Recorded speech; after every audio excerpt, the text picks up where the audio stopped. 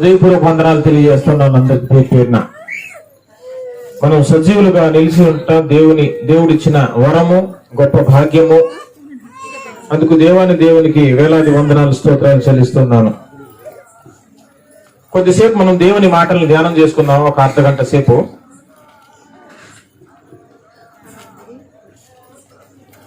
చూడండి, మూల వాక్యం చదువుకుందాం ఒకసారి. పునాది వాక్యంగా నేటి ప్రసంగానికి యోహాను సువార్త 3వ అధ్యాయము 16వ వచనాన్ని మనం ప్రారంభం చేసుకుందాం. యోహాను సువార్త 3వ అధ్యాయం 16వ వచనాన్ని మనం చదువుకుందాం. దయచేసి జాగ్రత్తగా వినాలి. దేవుడు లోకమును ఎంతో ప్రేమించెను, కాగా ఆయన తన అద్వితీయ కుమారునిగా పుట్టిన వాని యందు విశ్వాసముంచు ప్రతివాడును నశింపక నిత్య జీవము పొందునట్లు ఆయనను అనుగ్రహించెను. లోకము తన కుమారుని ద్వారా రక్షణ పొందుటకే గాని లోకమునకు తీర్పు తీర్చుటకు దేవుడు ఆయన లోకంలోనికి పంపలేదు. ఆయన యందు విశ్వాసం ఉంచు వానికి తీర్పు తీర్చబడదు. దేవుడు లోకమును ఎంతో ప్రేమించెను అని అపోస్తలుడైన యోహాను భక్తుడు చెప్తున్నాడు.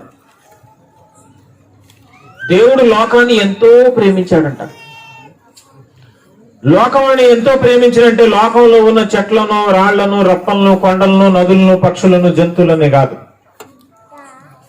లోకంలో ఉన్న మనుషుల్ని దేవుడు ఎంతో ప్రేమించాడు. ఆ ఎంతో అనే దానికి అసలు పరిమితే లేదు. ఇంత అంత అని చెప్పలేం. ఈ లోకాన్ని దేవుడు సృష్టించి ఎంతో ప్రేమించాడంట.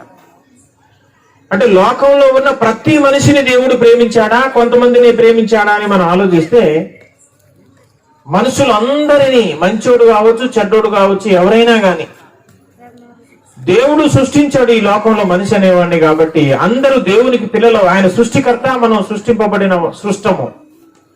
మనకు ఆయన తండ్రి అవుతాడు, దేవుడు అవుతాడు, మనం ఆయనకు పిల్లలం అవుతాం. మనం కూడా సాధారణంగా మన పిల్లోడు తాగుబోతైనా, దొంగలాగున్నా, రోడ్ల మీద పరంబోగా తిరుగుతూ ఉన్నా తల్లిదండ్రులుగా మనం ప్రేమిస్తూ ఉంటాం. మన ప్రేమకు అవధులు ఉన్నాయి. మన ప్రేమలో స్వార్థం ఉంది. దేవుని ప్రేమకు అవధులు లేవు. దేవుని ప్రేమలో స్వార్థం ఉండదు. చెడ్డవాణైన కొడుకుని మనమే ప్రేమిస్తున్నప్పుడు దేవుడు మనకంటే ఎంతో ఉన్నతంగా, ఖచ్చితంగా ప్రేమిస్తాడు. దేవుడు లోకాన్ని ఎంతో ప్రేమించాడట.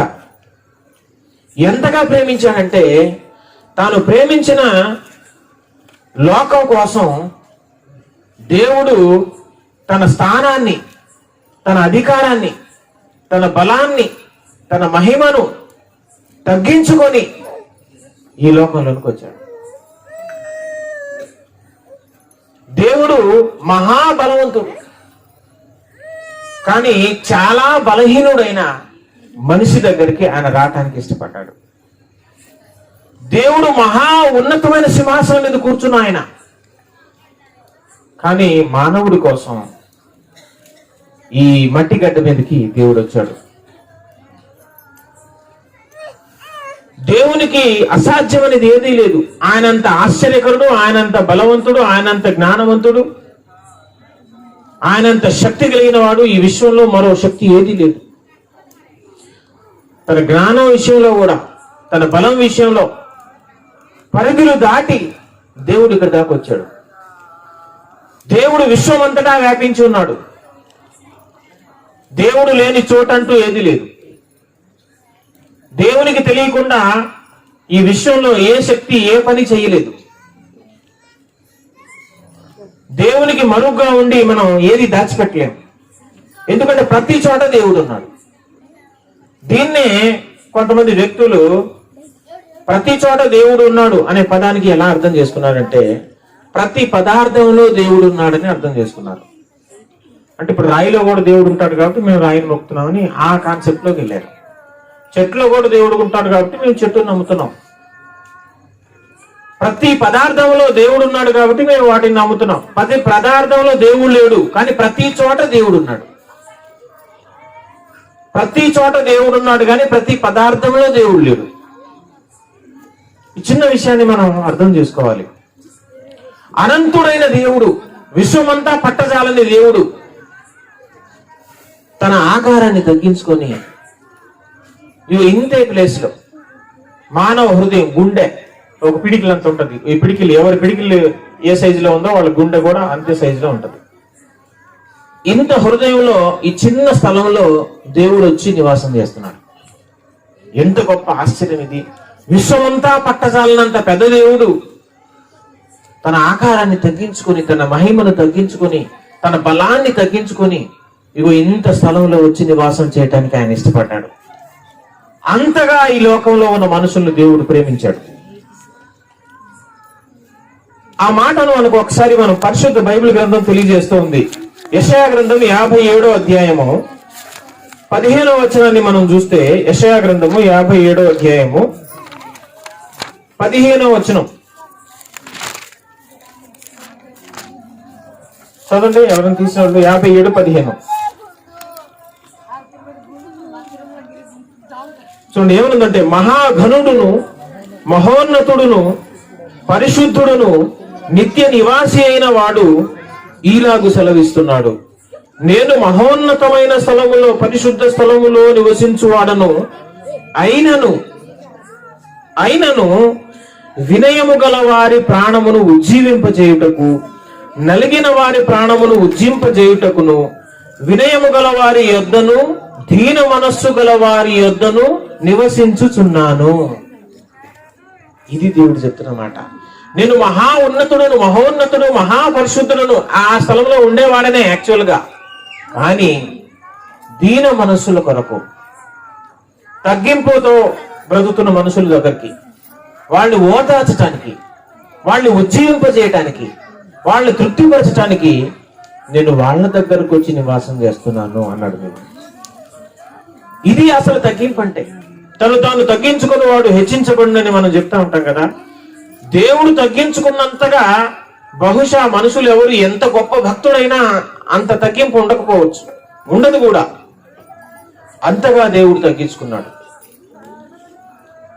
ఈ పాడు లోకంలో, పాపలోకంలో, కంపు కొట్టే మనుషులటువంటి ఈ లోకంలో దేవుడు నివాసం చేయడానికి ఇష్టపడ్డాడు. అంతగా ఈ లోకాన్ని దేవుడు ప్రేమించాడు. మనుషుల దగ్గరకు వచ్చి నివాసం చేయడానికి ఆయన ఇష్టపడ్డాడు. అలా ఇష్టపడిన దేవుడు ఆ భక్తులనే, తను సృష్టించిన ప్రజలనే స్నేహితులుగా కూడా చేసుకున్నాడు. ఇది ఇంకా చాలా ఎంతో మహోన్నతమైనటువంటి తగ్గింపు. సరే, మనుషులను ప్రేమిస్తే ప్రేమించాడు, మనుషులు హృదయాల్లో నివసిస్తే నివసించాడు, కానీ స్నేహితుడు చేసుకోవటం ఏంటి? దేవాది దేవుడు ఆయన స్థాయి ఎక్కడా, ఆయన జ్ఞానం ఎక్కడా, ఆయన మహిమ ఎక్కడా? మట్టి మనిషి 6 అడుగుల 60 కేజీల మనిషి హృదయంలో నివసిస్తూ ఆ మనిషిని స్నేహితుడిగా చేసుకుంటున్నాడు. స్నేహితుడిగా చేసుకుంటే వచ్చే మేలేంటి, కలిగే మేలేంటి అని అంటే, మనం ఏ విషయం అయినా సరే స్నేహితులతో చర్చిస్తాం. ఒక్కోసారి ఇంట్లో తల్లిదండ్రులకు కూడా పిల్లోడు చెప్పకపోయినా వాడి స్నేహితుడితో తన బాధను, తన సంతోషాన్ని చెప్పుకుంటాడు. స్నేహానికి అంత బంధం, అంత విలువ ఉంది భూమి మీద. తాగుబోతుల్లో కూడా స్నేహితులు ఉంటారు. వాళ్ళు కూడా అక్కడ వాళ్ళే చెప్పుకుంటారు, మిగతా వాళ్ళకి చెప్పరు.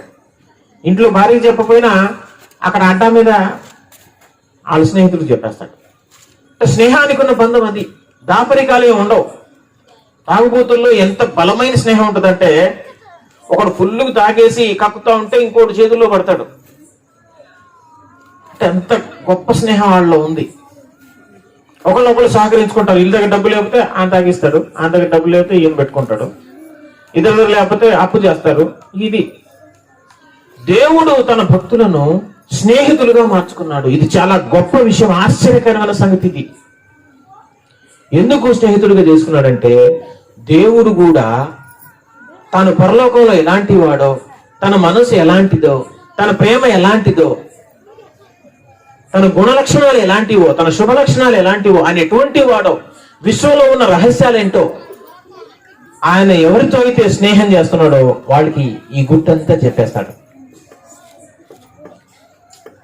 ఆ విషయాలన్నీ మనుషులతో పంచుకోవడానికి దేవుడు ఇష్టపడ్డాడండి. కొంతమందిని భక్తులు చేసుకున్నాడు, భక్తులుగా చేసుకున్నాడు, స్నేహితులుగా చేసుకున్నాడు. ఆ స్నేహితులతో ఆయన ఎలా సంభాషిస్తాడో, ఎలా మాట్లాడతాడో తెలుసా? ఒకసారి పరిశుద్ధ బైబిల్ గ్రంథంలో మనం ఆ మాటను ఒకటి చూద్దాం. నిర్గమాకాండం 33వ అధ్యాయము చూడండి, 11వ వచనం. నిర్గమాకాండం 33వ అధ్యాయము 11వ వచనాన్ని మనం గమనిస్తే,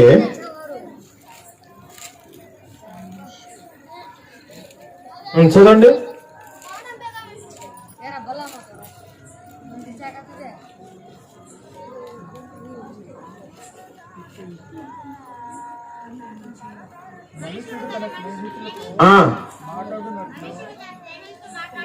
మనుష్యుడు తన స్నేహితులతో మాట్లాడినట్టు యెహోవా మోషేతో ముఖాముఖిగా మాట్లాడాను.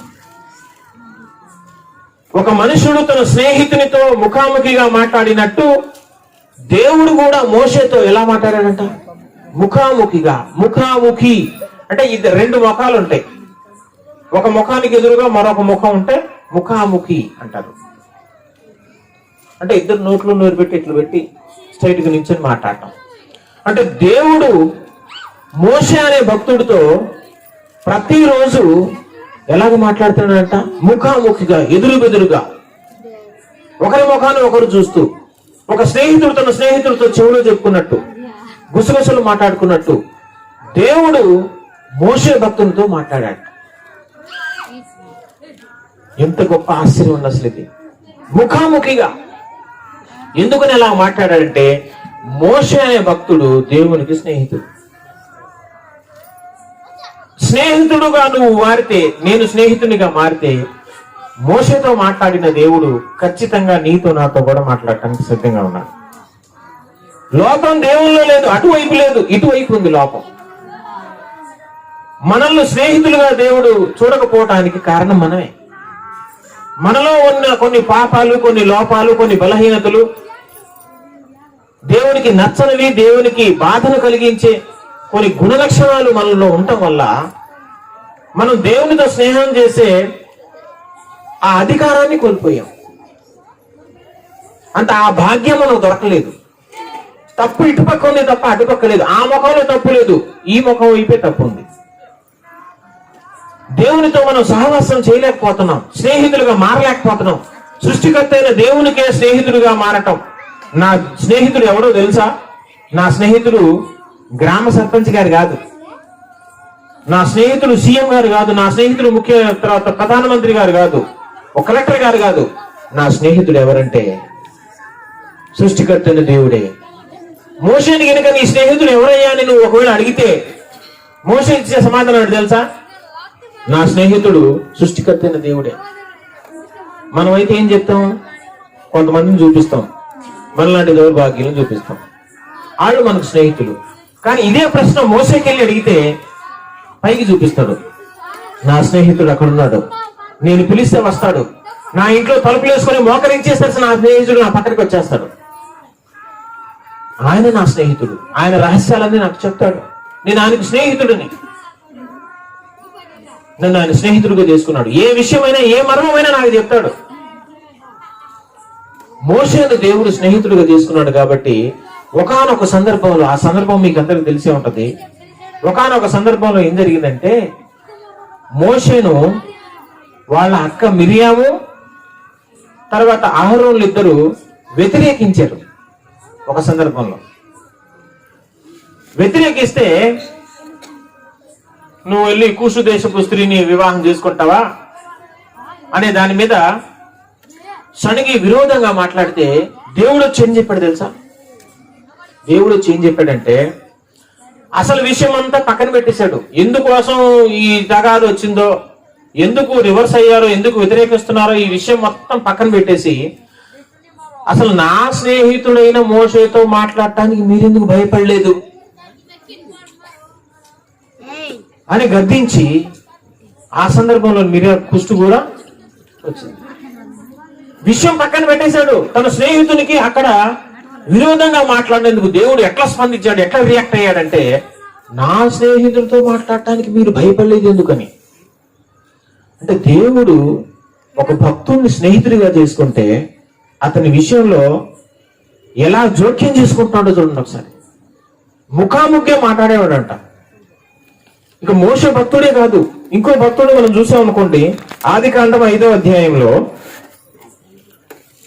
చూడండి. ఆదికాండము 5వ అధ్యాయము 22వ వచనాన్ని మనం గమనిద్దాం ఒకసారి. 19 చదువుదాం. 19 హనోకు 20 చూడండి ఒకసారి. 22 నుంచి హనోకు మెతూషలను కనిన తర్వాత 300 ఏళ్ళు దేవునితో నడుచుచు కుమారులను కుమార్తెలను కనెను. హనోకంట దేవునితో నడుస్తూ కుమారులను కుమార్తెలను దాదాపు 300 సంవత్సరాలకు పైగా హనోకు దేవునితో నడిచాడంట. దేవునితో నడిచాడు అంటే మనం ఎలా అర్థం చేసుకోవాలి చెప్పండి? దేవునితో నడవటం. దేవునితో నడవటం అంటే నేనేమనుకుంటానంటే, జనరల్గా మనం పొద్దున్నే మార్నింగ్ వాకింగ్కి వెళ్తారు చాలా మంది. బహుశా హనోకు భక్తుడు పొద్దున్నే తెల్లవారుజామునే లేచి ప్రార్థనా గదిలో ఏకాంతంగా చాలాసేపు ప్రార్థన చేసుకుని మార్నింగ్ వాక్కి అలా నడవటానికి వెళ్తా ఉంటే దేవుడు అతనితో పాటు వెళ్తా ఉండొచ్చు. నేను ఈ మాటలు చెప్తా ఉంటే చాలా మందికి నమ్మశక్యం కాదు. నమ్మటం అనేది, నమ్మే శక్తిని కూడా దేవుడు ఇవ్వాల. నమ్మటం చాలా మందికి వల్ల పడదు, చేత కాదు. అందుకే నమ్మటం నీ వల్లనైతే నమ్మవానికి సమస్తం సాధ్యం అన్నాడు. అంటే వల్ల కాదు చాలా మందికి. దేవుడేంటి, మనుషుల్లాగా స్నేహితుల్లాగా వచ్చి మాట్లాడటం ఏంటి, నడవటం ఏంటి, సంభాషించడం ఏంటి, వ్యవహారం మాట్లాడటం ఏంటి అని చాలా మంది నమ్మరు. నమ్మని వాళ్ళని మనం ఏం చేయలేం. భక్తి అనేది నమ్మకం మీదే ఆధారపడి ఉంటుంది. చూడక నమ్మువారే ధన్యులు. మనం అన్ని చూపించలేము, కొన్ని అనుభవాలతో తెలుస్తాయి. మీకు ఉదాహరణకు కొన్ని విషయాలు చెప్తాను నేను. హార్ట్ అటాక్ వచ్చింది అనుకో, ఒక వ్యక్తికి హార్ట్ అటాక్ వచ్చిందిగా. హార్ట్ అటాక్ వస్తే ఆ నొప్పి ఎలాగుంటుందంటే, దాదాపు గ్యాస్ ట్రబుల్కి వచ్చే నొప్పిను గుండెపోటు, హార్ట్ అటాక్, ఈ రెండు దాదాపు అలాగే అనిపిస్తాయి. చాలా మందికి డౌట్ వస్తుంది, ఈ రెండు అర్థం కాదు. ఈ రెండింటికి ప్రధానమైన ఒక భేదం ఉంది, తేడా ఉంది, గమనించవచ్చు. మామూలుగా ఈ ఛాతి మధ్యలో కానీ అటు ఇటు ఈ గ్యాస్ ట్రబుల్ అనేది ఛాతికి మధ్యలో అటు ఇటు మారిపోతా ఉంటుంది, నొప్పి వస్తూ ఉంటుంది. కానీ గుండెపోటు వస్తే, మీరు ఎప్పుడైనా గుర్తుపెట్టుకోండి ఇదే సిగ్నల్. గుండెపోటు వస్తే ఏం జరిగిందంటే, ఇటుపక్క నొప్పి వచ్చినప్పుడు ఇక్కడ నుంచి ఈ నరాలన్నీ ఈ చెంపల దాకా ఇక్కడ దాకా ఇదంతా నొప్పి వస్తుంది. తర్వాత ఇటుపక్క చెయ్యి చిన్నగా నొప్పి చెయ్యికి చివరి దాకా వెళ్ళిపోద్ది. ఇటుపక్క ఈ భాగం అంతా ఈ ఛాతి మొత్తం ఇక్కడ దాకా ఎట్లా నొప్పి వస్తుందంటే ఖచ్చితంగా అది గుండెపోటు అన్నట్టు. మామూలుగా ఇటు చంప, ఈ నరాలు, ఈ చెయ్యి ఏం లేకుండా ఓన్లీ ఇక్కడే ఉంటే అది గుండెపోటు కిందకి రాదు. 99% అది కాదు అసలు. ఇప్పుడు ఈ గుండెపోటు అనే నొప్పి ఎలాగుంటది అని నేను అడిగితే, ఇట్లా ఉంటుందని చెప్పటమే కానీ దాన్ని అనుభవించి చెప్పలేం.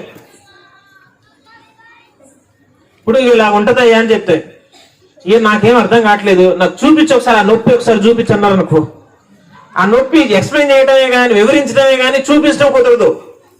అది ఎట్లా తెలుస్తుంది? నీకు కూడా ఒకవేళ ఎప్పుడైనా గుండెపోటు వస్తే, అనుభవంలోకి వస్తే, అప్పుడు ఆ నొప్పి కరెక్ట్ గా ఎట్లా ఉంటుందో తెలుస్తుంది. అనుభవంలోకి ద్వారా తెలుసుకుంటాం. కొన్ని చూసి తెలుసుకునేవి కొన్ని ఉంటాయి, అన్ని చూసి తెలుసుకోలేము, కొన్ని అనుభవాల ద్వారా తెలుసుకుంటాం. చికెన్ గుని అలాంటి జ్వరం వస్తే కీళ్ళన్నీ బాగా నొప్పులు వస్తాయి. ఇది చెప్తాం కానీ చూపించడానికి కుదరదు. ఇది నీకు అనుభవంలోకి వస్తే, నీకు కూడా చికెన్ గునే భవిష్యత్తులో వస్తే, అప్పుడు నీకు కరెక్ట్గా ఎలాగ నొప్పి వస్తుందో నీకు అర్థమైంది. దేవునితో మాట్లాడటం, నడవటం, సంభాషించటం ఇవన్నీ అనుభవాల ద్వారా వచ్చేవి కానీ చూపిస్తే చూపించబడేవి కావు. నేను చెప్తున్న పాయింట్ మీకు అర్థమైందని నేను ఆశిస్తున్నా. దేవునితో నడవటం, దేవునితో మాట్లాడటం ఇది అనుభవం ద్వారా వస్తుంది తప్ప చెప్తే అర్థమయ్యేది కాదు. మనం తినే పెరుగులో మనం తినే పెరుగులో, తెల్లటి పెరుగులో కొన్ని లక్షల పురుగులు, చిన్న చిన్న తెల్లటి పురుగులు ఇటు తిరుగుతూ ఉంటాయి. కానీ మనకు అది ఏం ఆ ఒక్క పురుగు కూడా కనపడదు. మనకు తెల్లటి గడ్డలాగా పెరుగు కనిపిస్తుంది. ఒక్కొక్కళ్ళు అయితే అన్నంలో కాకుండా డైరెక్ట్ గా ఆ గడ్డని తినేస్తా ఉంటారు. కానీ నువ్వు తినే ఆ గడ్డలో 1 కోటో 2 కోట్లు 3 కోట్ల పురుగులు ఉంటాయి, తెల్లటి పురుగులు. అయితే అవి తినే పురుగులు. ఏం పురుగులు తెలుసా? అవి ఆరోగ్యాన్ని, బలాన్ని ఇచ్చే పురుగులు అన్నమాట. తినటానికే అవి ఉన్నాయి. అవి మామూలు కనపడవు. దాన్ని చూసే పద్ధతి ఒకటి ఉంది. మైక్రోస్కోప్ అని చిన్నది ఉంటుంది అనమాట. అద్దం లాగా, భూతద్దం లాగా ఉంటుంది మైక్రోస్కోప్. అది పెడితే దీని మీద ఆ పురుగులన్నీ కనిపిస్తాయి. నేను చూసా అవన్నీ. ఆ మైక్రోస్కోప్ పెడితే ఆ పురుగులన్నీ ఒక్కసారి కనుక మీరు మైక్రోస్కోప్ పెడితే మీ జీవితంలో ఇంక పురుగు తిండ్రు, దాని జోలికి వెళ్ళరు. ఇంకా అంత భయంకరంగా ఉంటుంది. కానీ దాన్ని ఆ మైక్రోస్కోప్ లో చూస్తేనే ఆ పురుగులు కనిపిస్తాయి, డైరెక్ట్ చూస్తే కనపడవు. నేను ఏమంటున్నాను, ఎందుకు ఈ విషయం చెప్తున్నానంటే, దేవునితో మాట్లాడి ప్రతిదినం వాళ్ళ మార్నింగ్ వాక్ లో దేవునితో సహవాసం చేసిన భక్తులు మన ఆంధ్రప్రదేశ్ లోనే చాలా మంది ఉన్నారు. నమ్ముట నీ వల్లనైతే నమ్ము, లేకపోతే వదిలేసుకో. మీరు తెలుసో లేదో, పుస్తకాల్లో చదివితే బైబిల్ మిషన్ ని స్థాపించిన ముంగుమూరు దేవదాసయ్య గారు తెలుసా మీకు? బైబిల్ మిషన్ ని స్థాపించిన, ఇక్కడ కాకాని దగ్గర ఉంటది, పెద్ద కాకాని గుంటూరు దగ్గర, ముసలాయన ముంగుమూరు దేవదాసయ్య గారు. ఆయన దేవునితో మాట్లాడిన అనుభవాలు అసలు కోకొల్లలు అన్నమాట. ఆయన ఎడ్ల బండి మీద వెళ్తున్నప్పుడు, ఆయన పుస్తకాలు చదివితే మనకు అర్థమైంది. ఆయన ఎడ్ల బండి మీద వెళ్తున్నప్పుడు ముందు ఆ ఎడ్ల బండి తోలుతున్న ఆయన ముందు కూర్చుంటాడు, వెనకాల తోటలో వీళ్ళు కూర్చుంటారు కదా. ఈయన మాట్లాడుతూ ఉండేవాడంట. పక్కన ఎవరు ఉండరు పక్కన, కానీ ఆయన మాట్లాడుతూ ఉంటాడు. అప్పుడు ఒక రోజు ఆయనకు డౌట్ వచ్చి, ఏంటయ్యా ఒకడే మాట్లాడుకుంటాం ఏంటి, అడు తిరిగి ఏంటో ఒక మనిషికి చెప్తున్నావు అంటే, దేవుడయ్యా ఇప్పుడు దాకా దేవుడు ఉన్నాడు కదా, ఆయనతో మాట్లాడే కదా అని చెప్పాడు ఆయన. అట్లాంటి గొప్ప దైవజన్ ఆయన ముంగుమూరు దేవదాసయ్య గారు. అలా చాలా మంది భక్తుల చరిత్రలు ఉన్నాయి. మోషేతో ముఖాముఖిగా మాట్లాడిన దేవుడు హనోకుతో మార్నింగ్ వాక్ చేశాడు, నడిచాడు. హనోకు 300 పైచిలుకు సంవత్సరాలు ఆయనతో నడిచాడు. ఆ నడిచిన అనుభవం హనోకు ఉంది. అలాంటి భక్తులను అడిగితే తెలుస్తుంది దేవుడు ఎలా మాట్లాడతాడు, ఏమి సంభాషిస్తాడు.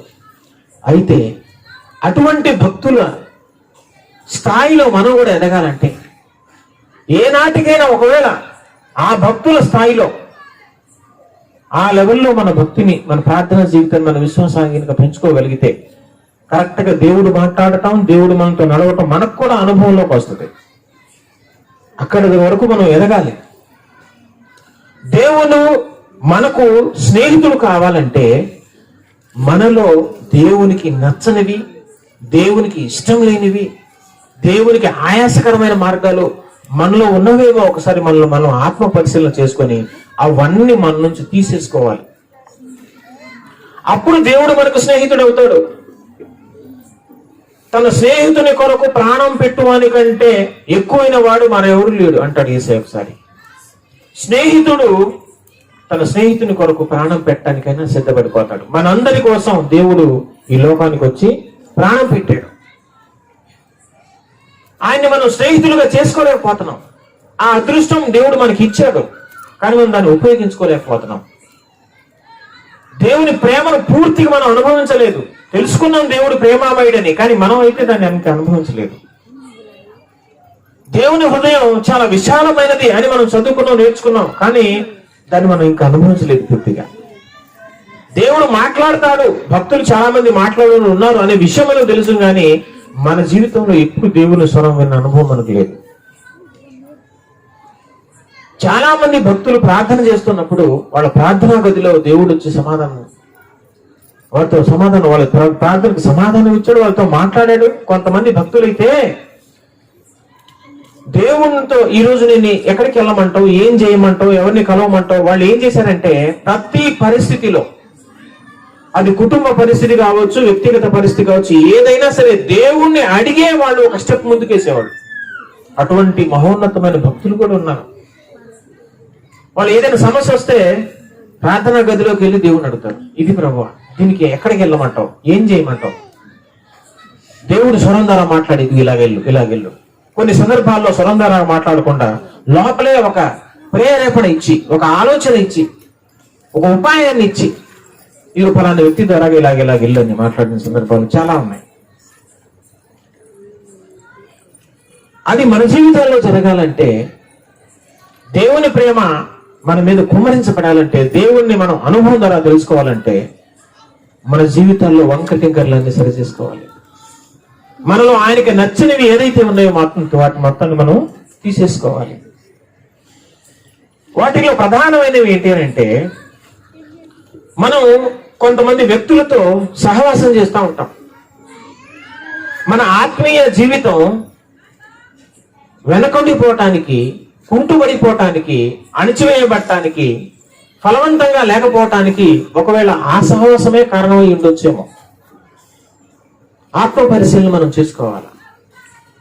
కొంతమందితో సహవాసం చేస్తే ప్రార్థనలో వెనకబడిపోవచ్చు. ఎందుకంటే మనం సహవాసం చేసిన వాడికి అసలు ప్రార్థనా జీవితం లేకపోయి ఉండొచ్చు. వాళ్ళతో మనం సహవాసం చేస్తే మనం కూడా వాళ్ళలాగా తయారైపోతాం. ప్రార్థనా జీవితం కుంటుపడిపోద్ది. అప్పుడు నేను ప్రార్థనా జీవితం బాగా అభివృద్ధి చెందాలంటే నేను బాగా గంటల కొద్ది కనీసం 2-3 గంటలు నేను దేవుని సన్నిధిలో గడపాలి. వ్యక్తిగతంగా, ఒంటరిగా, నా కుటుంబం కోసం, నా జీవితం కోసం, నా బిడ్డల కోసం, నా దేశం కోసం, నా ఊరి కోసం నేను ప్రార్థన చేయాలి. ఒక 3-4 గంటలు దేవునితో గడపాలి. కన్నీటి ప్రార్థన చేయగానే నువ్వు అనుకున్నప్పుడు నువ్వు అటువంటి వ్యక్తితో సహవాసం చేస్తే అది కుదరదు. అప్పుడు నువ్వు ఏం చేసుకోవాలంటే ఆ సహవాసాన్ని చిన్న కట్ చేసుకోవాలి. ఏ వ్యక్తితో నేను సహవాసం చేస్తే పాపం చేయడానికి అవకాశం ఉందో, చెడిపోతున్నానో ఆ వ్యక్తితో కట్ చేసుకోవాలి. చెడు సహవాసాలు మానేయాలి. చెడ్డ వ్యక్తులతో తిరగకూడదు. మీకు ఒక మంచి మాట చెప్తాను. ఒక తాగుబోతు ఏదైనా ఒక ఊరు చుట్టాలు వెళ్తే అక్కడికి వెళ్ళగానే ఆ ఊళ్ళో ఎక్కడ సారాయి అమ్ముతారో తెలుసుకుంటాడు ముందు. తెలుసా మీకు? నాకంటే మీకే బాగా ఎక్కువ తెలుసు. కాకపోతే తెలుసా అని చెప్తా నాకు ఊత పదం అయిపోయింది కాబట్టి చెప్తున్నా, కానీ మీకు అన్ని తెలుసే. ఊరికే నా నోరుకి అది అలవాటు అయిపోయింది కాబట్టి మీకు తెలుసా అంటే మేము అంత తెలివి తప్పాలనుకుంటామని అనుకోమాను. మీకు అన్ని తెలుసు కానీ అట్లా చెప్తా ఉంటా. కాబట్టి ఏదైనా ఊరికి వెళ్తే అక్కడ బార్ షాప్ ఎక్కడ ఉంది, సారా ఎక్కడ దొరికింది అనేది ముందు కనుక్కుంటారు. అక్కడ తాగుబోతుల సంఘం ఎక్కడుందో కూడా కనుక్కుంటారు. తాగుబోతులు ఎక్కడున్నారో వాళ్ళని పరిచయం చేసుకుంటారు. ఒక తాగుబోతుడికే ఇంత తెలివితే అట్లుంటే మన ఆత్మ జీవితంలో పైకి ఎదగాలనుకున్నప్పుడు, దేవునికి స్నేహితులు కావాలనుకున్నప్పుడు బాగా ప్రార్థన చేసేవాళ్ళు ఎవరుంటారు? ఎత్తుకోవద్దా? ఎవరు బాగా ప్రార్థన చేస్తారు? ఎవరి దగ్గరికి వెళ్తే కనీసం దేవుడు ఒక 4 ముక్కలైనా, ఒక 10% చెత్త మాట్లాడినా, ఒక 90% అయినా దేవుని మాటలు మాట్లాడే భక్తులు ఎక్కడున్నారు? ఎవరి దగ్గరికి వెళ్తే వాక్యం దొరుకుతుంది అని మనం ఎత్తుక్కోవాల్సిందే. మనకి ఎవరు చెప్పరండి. బొట్టు పెట్టి కొబ్బరికాయ కొట్టి మనకి ఎవరు చెప్పరు. ఆ రోజులు పోయినాయి. మీది తినాలి, మాది తినాలి అనే రోజులు వచ్చినాయి. నేను చెడిపోతా, నిన్ను కూడా చెడగొట్టేస్తా. చెడిపోవటం మళ్ళీ చెడగొట్టడం తప్పు కాదు, చెడిపోయిన మన తప్పే. వాళ్ళతో సహవాసం చేయొద్దని బైబిల్ క్లియర్గా చెప్తుంది. కానీ మనం కావాలని సహవాసం చేసాం. Time pass. ఏమనంటే టైం పాస్ అంటే టయాన్ని పాస్ చేసుకునేంత దౌర్భాగ్యమైన స్థితి వచ్చింది. టయాన్ని దేవుని సన్నిధిలో వాడుకోవాలి, ప్రార్థనా గదిలో వాడుకోవాల్సింది పోయి ఈ టైం పాస్ చేయడానికి మనం అలవాటు పడిపోయాం. ఎట్లా వెళ్ళబొచ్చాలా అనే దానికి. కాబట్టి ఇలాంటివన్నీ కట్ చేసుకోవాలి. అప్పుడు మన ఆత్మీయ జీవితంలో ముందుకు సాగిపోతాం. ఒక్కొక్క మెట్టు ఎక్కుంటాం. మనం చివరికి మోసే స్థాయిలో ఎదగాలి, హనోకు స్థాయికి ఎదగాలి, అబ్రహాం స్థాయికి ఎదగాలి. అబ్రహాం గురించి దేవుడు ఏమన్నాడు తెలుసా? అబ్రహాం నా స్నేహితుడు అన్నాడు. అబ్రహాం గురించి ఏమన్నాడు? అబ్రహాం నా స్నేహితుడు. స్నేహితునికి ఒక స్నేహితుడు తన రహస్యాలన్నీ చెప్పేస్తాడని ఇందాక మనం చెప్పుకున్నాం కదా. అబ్రహాం కూడా దేవుడు అదే చేశాడు. దేవుడు భూమి మీద సొదొమ గొమొర్రా అనే పట్టణాన్ని నాశనం చేయడానికి అక్కడ నుంచి బయలుదేరి భూమి మీదకి వచ్చాడు. మరి వచ్చినోడు ఏదో స్ట్రైట్కి వెళ్ళిపోయి ఆ 2 పట్టణాలని నాశనం చేసేయచ్చు కదా. కానీ నాశనం చేయకుండా ఆ సొదొమ గొమొర్రా దగ్గరికి వెళ్లకుండా అబ్రహాం ఇంటికి వచ్చాడు దేవుడు. ఎందుకో తెలుసా, ఇక్కడ నా స్నేహితుడు ఉన్నాడండి ఈ ఊళ్ళో. మనం కూడా అక్కడక్కడ చెప్తా ఉంటాం. మనం ఏదైనా ఊరు వెళ్తే అక్కడ మన స్నేహితులు ఉంటే ఖచ్చితంగా వాళ్ళ ఇంటికి మనం వెళ్ళి తీరుతాం. దేవుడు సొదొమ గొమొర్రాని నాశనం చేయడానికి భూమి మీదకి వచ్చి ఇక్కడ నా స్నేహితుడు ఉన్నాడు, వాళ్ళ ఇంటికి వెళ్ళి వద్దామని వాళ్ళ ఇంటికి వెళ్ళారు. వెళ్ళినోడు ఏదో అది రొట్టెలు పెట్టారు, చపాతీలు పెట్టారు, మాంసంతో తినేసి వచ్చేయచ్చు కదా. వచ్చేయకుండా ఆయన చాలా విచిత్రంగా మాట్లాడుతున్నాడు. చూద్దాం ఒకసారి మనం. ఆదికాండం 18వ అధ్యాయము, ఆదికాండం 18వ అధ్యాయం 18వ వచనం చూడండి. ఆదికాండం 18:18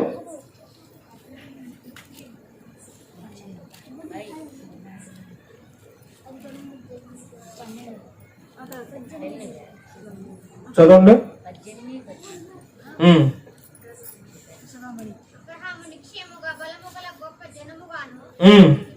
అతని మూలముగా భూమి ఉన్న సమస్త జలములను ఆశ్రయించబడును. 17వ వచనం చదవండి. 17వ వచనం.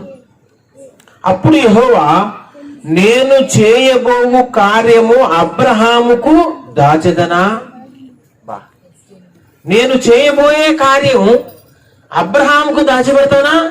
దాచిపెట్టను. ఎందుకని? అబ్రహాము నా స్నేహితుడు. స్నేహితుల మధ్యలో ఇంక దాపరికాలే ఉండవు, రహస్యాలే ఉండవు, అంత బట్టబయలే. నేను సొదొమ గొమొర్రా పట్టణాన్ని నాశనం చేసేది నా స్నేహితుడికి చెప్పకపోవటమా? అట్లా ఎప్పటికీ జరగదు. నేను దాచిపెడతానా? ఖచ్చితంగా చెప్తా అని అబ్రహాముకు దేవుడు చెప్పాడు. చెప్పిన తర్వాత దేవుడు తన నిర్ణయాలు కూడా మార్చుకోవడానికి చాలా ప్రయత్నం చేశాడు. ఒక 50 మంది ఉంటే వదిలేస్తావా? ఒక 10 మంది ఉంటే వదిలేస్తావా? ఒక 5 మంది ఉంటే వదిలేస్తావా? సరే వదిలేస్తా, సరే వదిలేస్తా అని చెప్పుకుంటా వచ్చాడు. చివరికి 5 కూడా లేరు. అంటే ఒకవేళ 10 మందిని చూపిస్తే దేవుడు వెళ్ళిపోయాడు కదా. అంటే అబ్రహాము మాటకి, ఒక వ్యక్తి మాటకి, ఒక మనిషి, ఒక బలహీనుడు, జ్ఞానం లేనివాడు, మట్టి మనిషి మాట్లాడితే ఈ విశ్వమంతా నిండి ఉన్న దేవుడు ఓకే అని చెప్పటం ఏంటి? అసలు సరే అని చెప్పటం ఏంటి? తన నిర్ణయం మార్చుకోవటం ఏంటి? ఇశ్రాయేలు జనం మొత్తాన్ని చంపేస్తానని వీళ్ళు దూరం చేసుకున్నారు. వీళ్ళందరూ ఇన్ని అద్భుతాలు వీళ్ళ ముందు చేస్తే వీళ్ళు దూరం చేసుకుని పూజిస్తున్నారని దేవుడు వీళ్ళని చంపేద్దాం రెడీ అయిపోతే, ప్రభువా నువ్వు వీళ్ళ కింద చంపేస్తే నీ జీవితం నుంచి నా పేరు తుడిచేసేయని మోకాడు సాష్టాంగ పడిపోయాడు. వెంటనే దేవుడు సర్లే పాని అన్నాడు. మోషే ఒక వ్యక్తి, ఒక మనిషి అండి, ప్రార్థన చేయటం ఏంటి? సృష్టికర్త అనే దేవుడే తన నిర్ణయం మార్చుకోవటం ఏంటి? అసలు ఇది అసలైన స్నేహ బంధం అంటే. దేవుడు ఒక వ్యక్తిని స్నేహిస్తే ఇలా ఉంటదండి. తన నిర్ణయాలే మార్చుకునే అంత ప్రేమ అయింది. ఏమోలే, నా స్నేహితుడు చెప్పాడు కదా, నేను అక్కడి నుంచి బయలుదేరి వచ్చా నాశనం చేద్దామని, కానీ నా స్నేహితుడు వద్దంటున్నాడు కదా, ఓకేరా నువ్వు చెప్పినట్టుగానే అని వెళ్ళిపోతాడు. అంతగా ప్రేమించాడు ఈ లోకాన్ని దేవుడు. మాట్లాడి వెళ్ళిపోయాడంట. ఇదే 18 లాస్ట్ వచనం చూస్తే 33వ వచనంలో, యెహోవా అబ్రహాముతో మాట్లాడుట చాలించి వెళ్ళిపోయిను. అంటే మనిషి దగ్గరికి వస్తున్నాడు దేవుడు, ముఖాముఖిగా మాట్లాడుతున్నాడు, సంభాషిస్తున్నాడు, చర్చిస్తున్నాడు, వ్యవహారం మాట్లాడుతున్నాడు. అవసరమైతే తన నిర్ణయాలు కూడా మార్చేసుకుంటాడు ఒక వ్యక్తి చెప్పినందుకు. ఇలా చేయటం దేవుడు ఇష్టపడ్డాడు. మనిషితో సంభాషించడం అందుకేనండి సృష్టి చేసింది దేవుడు. దేవుడు ఒంటరిగా ఎలాగ కూర్చొని, ఒంటరిగా ఉండటం ఎంత నరకమో మీకు తెలుసుద్ది, ఒంటరిగా ఉన్న వాళ్ళకు తెలుసుద్ది. కొంతమంది పెళ్లి చేసుకుని 20 సంవత్సరాలు 30 సంవత్సరాలు కలిసిన పిల్లలు పుట్టినప్పుడు చాలా బాధపడతా ఉంటారు. ఇంట్లో ఆడుకోవటానికి, హడావుడి చేయటానికి, నాకు ఇది కావాలి ఇది కావాలని చెప్పి ఎత్తుకోవడానికి, బుద్ధి తెచ్చుకోవడానికి పిల్లలు లేకపోతే ఆ బాధ చాలా నరకంగా ఉంటది.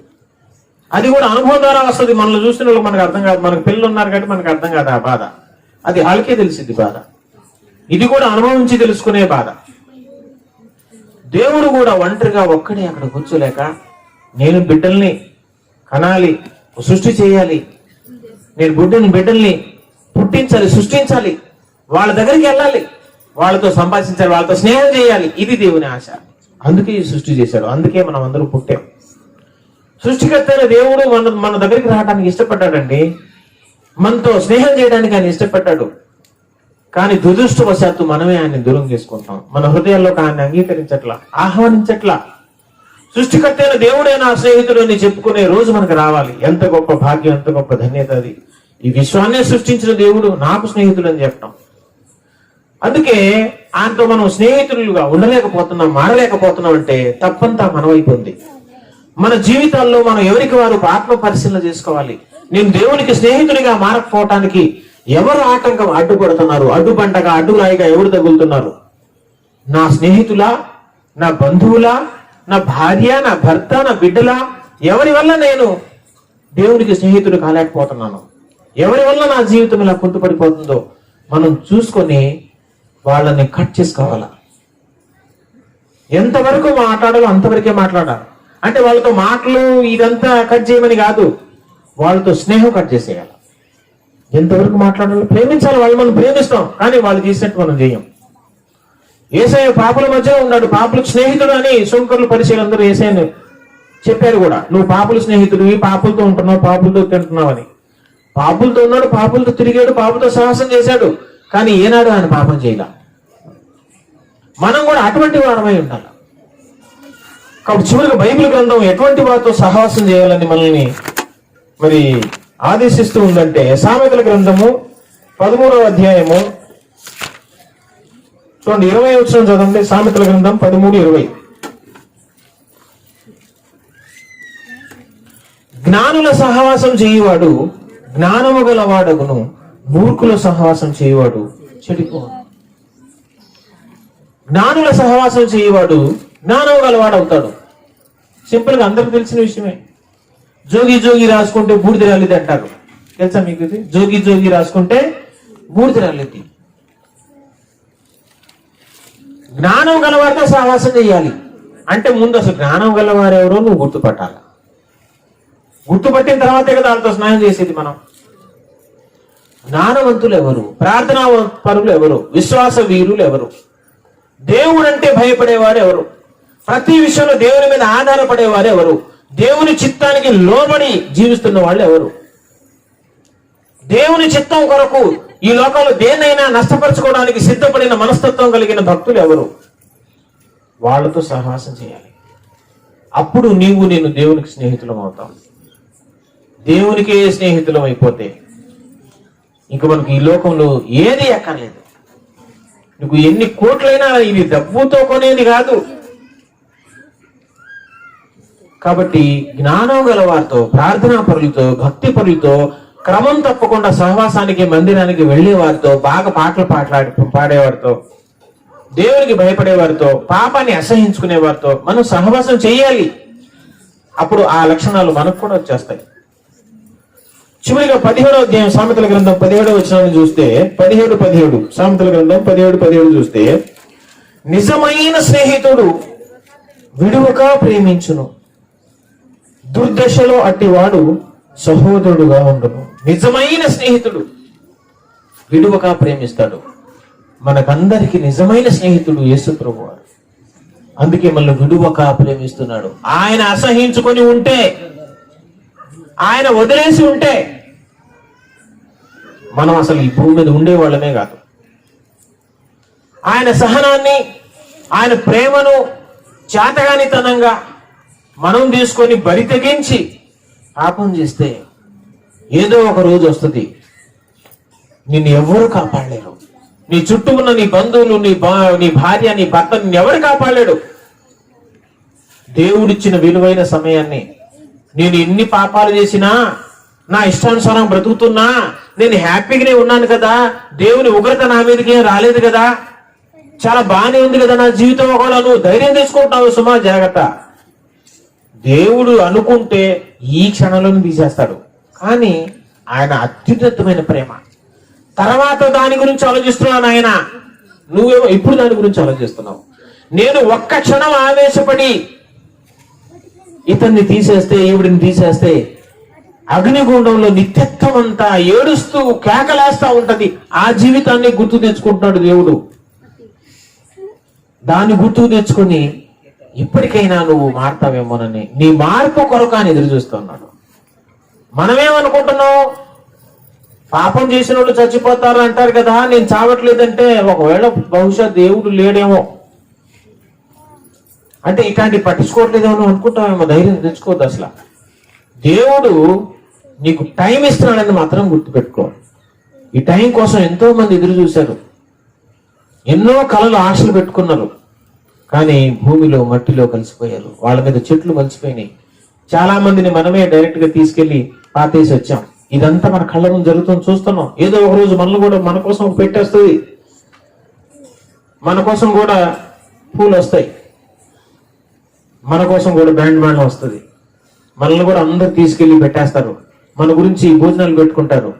గుర్తించుకోవాలి, తెచ్చుకోవాలి. ఒక భక్తుడు అయితే ఏం చేశాడంటే, మరణం అంటే భయం రావాలని, దేవుల్లో ఎప్పుడు నేను భయపడుతూ ఉండాలని, వాళ్ళ ఇంట్లో 5 ఉంటే 5 పెట్టలు తయారు చేసుకొచ్చి ముందే ఇంట్లో పెట్టేశారు.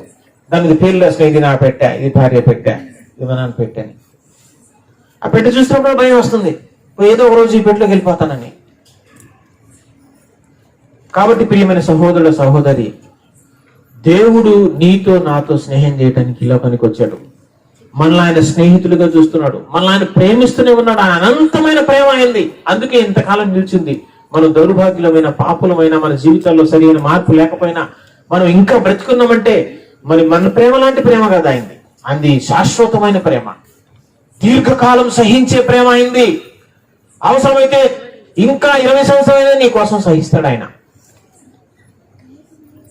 నువ్వు మారాలని. నువ్వు పుట్టుట నీ చేతిలో లేదు, కానీ బ్రతకటం నీ చేతిలో ఉంది. బ్రతకటం నీ చేతిలో ఉంది, మారటం నీ చేతిలో ఉంది. మారటానికి నీకు అవకాశం ఉంది, నీలో ప్రాణం ఉంది. సమయాన్ని వృధా చేసుకోవద్దు. రక్షణ లేని వారు రక్షణ పొందాలి, మారు మనసు పొందాలి. కాలయాపన చేయొద్దు. లోకాన్ని చూసి లోకం పరిగెత్తుతుందని వైపు పరిగెత్తుంది. అసలు లోకం ఏదో సంపాదించాలని, ఎంత సంపాదించినా చినిగిపోయినా సంచిలో వేసినట్టుంటది, ఏది వెనక తీసుకెళ్ళేది ఉండదు.